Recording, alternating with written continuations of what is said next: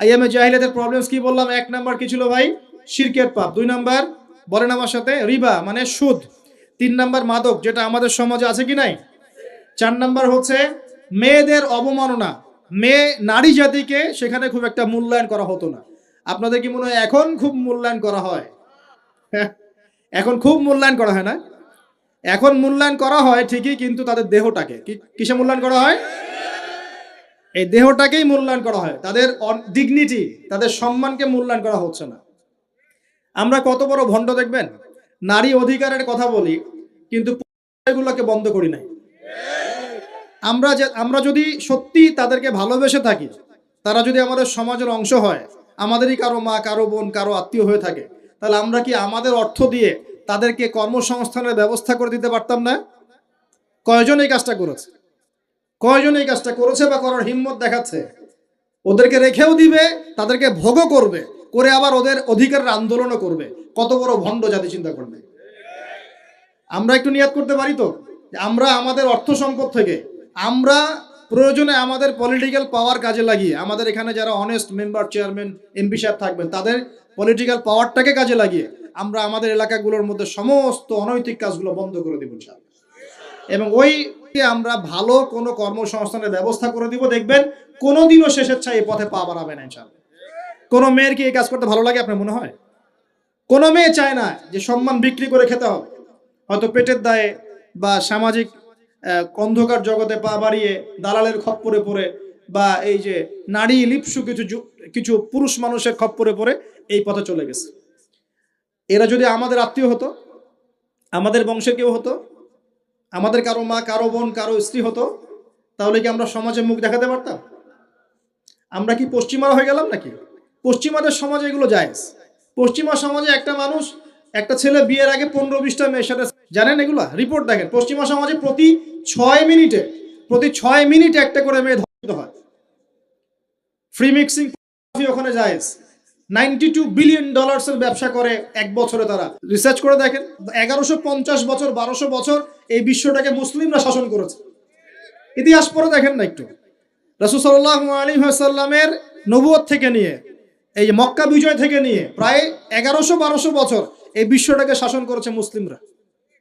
এই ইতিহাসগুলো মুসলিম যুবকদেরকে কারা শেখাবে, কারা বলবে, কে মনে করাই দিবে? বিগত 100 বছরে আজকে আমাদের এই অবস্থা হয়েছে। কেন হয়েছে? এই যে বললাম, আমরা তাওহীদ থেকে সরে আসছি, সুন্নত থেকে সরে আসছি, আমরা এখন মাদকের পিছনে ছুটছি, আমরা নামাজ ছেড়ে দিয়েছি, কোরআন ছেড়ে দিয়েছি। এই যে দেখেন কতজন মানুষ হাত তুললো যে কোরআন পড়তে পারে না, অথচ সাহাবীদের যুগে মনে হয় মশাল নিয়ে একজনকে খুঁজে পাওয়া যাবে না যে কোরআন পড়তে পারে না।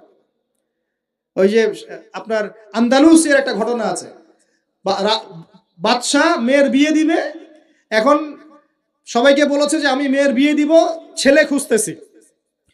এখন আমি চাই যে একজন হাফেজে কোরআন ছেলের সাথে আমার মেয়ের বিয়ে দিব। যাদের ঘরে হাফেজে কোরআন ছেলে আছে সবাই রাত্রেবেলা মশাল জ্বালাবে, একটা করে মশাল জ্বালিয়ে রাখবে।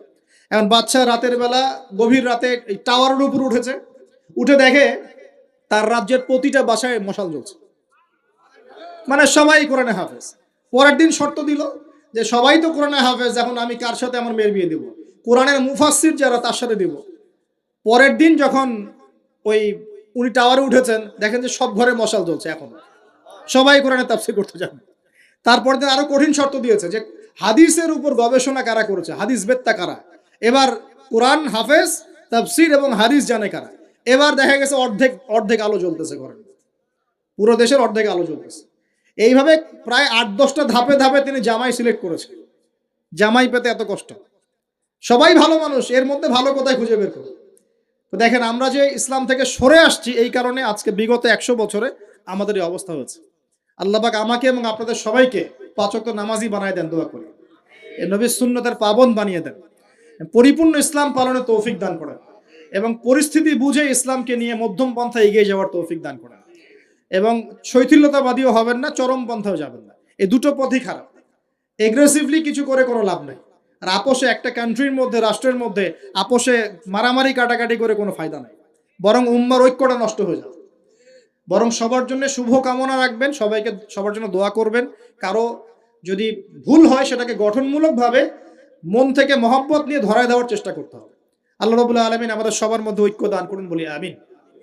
এইরকম সমস্যায় জর্জরিত সমাজে চারটা, আরেকটা প্রবলেম ছিল গোত্রীয় হানাহানি। পাঁচটা প্রবলেম হচ্ছে: 1 শিরক, 2 নাম্বার মাদক, 3 নাম্বার সুদ, 4 নাম্বার মেয়েদের অবমাননা, আর 5 নাম্বার হচ্ছে আপনার গোত্রীয় হানাহানি, মানে মারামারি কাটাকাটি করতো তারা। এই প্রবলেমস গুলো কি এখনকার যুগে নাই? এখনকার বিশ্বে নাই? আচ্ছা, এরকম একটা সমাজে আমাদের নবীকে আল্লাহ পাক নবী করে পাঠালেন, বলেন সুবহানাল্লাহ। এখন ওই সমাজে থেকেও কি নবীজি পাপের সাথে যুক্ত হয়েছিলেন? তিনি এইরকম পাপে নিমজ্জিত সমাজে থেকেও কোনো পাপের সাথে যুক্ত হন নাই। এবার নবী সাল্লাল্লাহু আলাইহি ওয়াসাল্লাম প্রথম ওহী প্রাপ্ত হলেন সূরা আলাকের প্রথম 5টা আয়াত। আল্লাহ পাক বলেন, ইকরা বিসমি রাব্বিকাল্লাযী খালাক, পড়ুন আপনার রবের নামে যিনি আপনাকে সৃষ্টি করেছেন। নবীজি ওহী প্রাপ্ত হয়ে বাসায় ফিরে আসলেন। বাসায় এসে খাদিজা রাদিয়াল্লাহু আনহাকে বললেন, এই ঘটনা ঘটেছে, গুহার মধ্যে ফেরেশতা একজন এসেছিলেন, আমাকে জোরে চিপে ধরেছেন, ছেড়ে দিয়েছেন, ছেড়ে বলেছেন ইকরা, আপনি পড়ুন। আমি বলেছি মা আনা বিকারি, আমি তো পড়তে জানি না। আবার চিপে ধরেছে, আবার ছেড়ে দিয়েছে, বলছে পড়ুন। নবীজি বলছেন মা আনা বিকারি, আমি তো পড়তে জানি না। আমাদের নবীজি কিন্তু পড়তে জানতেন না। আবারও বলছেন ইকরা, পড়ুন। নবীজি বলছেন মা আনা বিকারি, আমি তো পড়তে জানি না। চতুর্থবার তিনি বলছেন ইকরা বিসমি রাব্বিকাল্লাযী খালাক, খালাকাল ইনসানা মিন আলাক, ইকরা ওয়া রাব্বুকাল আকরাম আল্লাযী আল্লামা বিল কলম আল্লামাল ইনসানা মা লাম ইয়ালাম। এবার খাদিজা রাদিয়াল্লাহু আনহা তিনি মুসলিম হয়েছেন। তার চাচাতো ভাই ওয়ারাকা বিন নাফেলের কাছে নিয়ে গেছেন। তিনি বলেছেন যে হ্যাঁ, তোমার কাছে যে এসেছিল তার নাম নামুস, মানে জিবরাইল আলাইহিস সালাম।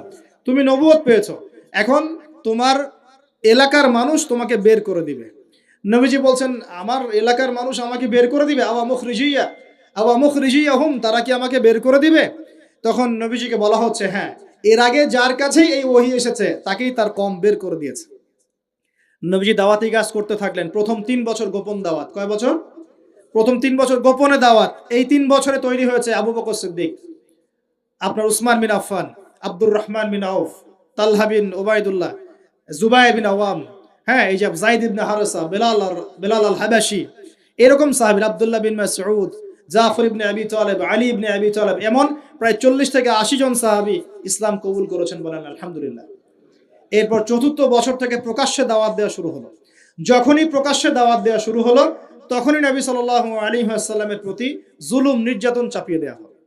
শারীরিক নির্যাতন, মানসিক নির্যাতন, অর্থনৈতিকভাবে বয়কট করা, হ্যাঁ, তারপরে কখনো কখনো এই যে মাথার উপরে উটের নাড়ি ভুঁড়ি চাপিয়ে দেওয়া হয়েছে, কখনো তাকে আঘাত করা হয়েছে, কখনো কি করা হয়েছে, সামাজিক্যালি মানে সোশ্যালি বয়কট করা হয়েছে, কখনো তাকে গালিগালাজ করা হয়েছে। আমি দেখেছি তাকে ইন টোটাল প্রায় 15 থেকে 16টা গালি খেতে হয়েছে।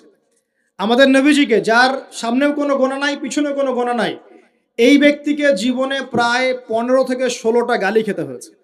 মানুষ তাকে বলেছে কাযযাব, মিথ্যাবাদী, মহামিথ্যাবাদী, সাহের, জাদুকর, ফারিকুল জামাআ, ঐক্য বিনষ্টকারী, হ্যাঁ, মজনুন, পাগল, জিনগ্রস্ত ইত্যাদি মানুষ তাকে এসব কথা বলেছে। আমাদের নবীজিকে মানুষ এই কথা বলেছে। এখন আমাদের সমাজে একটা প্রচলন ঘটেছে, সে খারাপ না হলে কি মানুষ এমনি এমনি খারাপ বলে?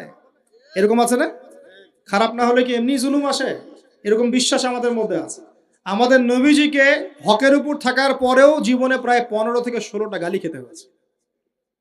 তারপরে আমি স্টাডি করে দেখেছি, তাকে জীবনে প্রায় 14 থেকে 15 বার মানুষ হত্যা করার চেষ্টা করেছে। কতবার? 14 থেকে 15 বার। এমনকি মক্কা বিজয়ের দিন যখন তিনি কাবা ঘর তাওয়াফ করছিলেন, ওই সময় একজন ব্যক্তি ভিতরে ছুরি নিয়ে এসে তাকে মারার চেষ্টা করেছে। কি বলবেন?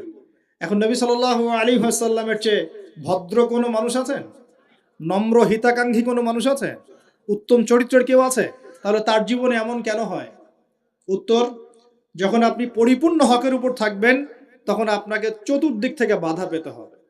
আপনার পরিবার থেকে বাধা আসবে, আপনার বন্ধু মহল থেকে বাধা আসবে, আপনার কোনো সময় দেখা যাবে স্ত্রী শত্রু হয়ে যাচ্ছে, সন্তান শত্রু হয়ে যাচ্ছে, হ্যাঁ, সমাজে আপনি চলতে যাচ্ছেন, সমাজের মানুষ আপনাকে সেভাবে গ্রহণ করছে না, আপনি আনসোশ্যাল হয়ে যাচ্ছেন, অনেক সমস্যা হতে পারে। তবে এরপরেও কি হক ছেড়ে দেওয়া যাবে? আল্লাহ পাক সবাইকে হকের উপর থাকার তৌফিক দান করুন।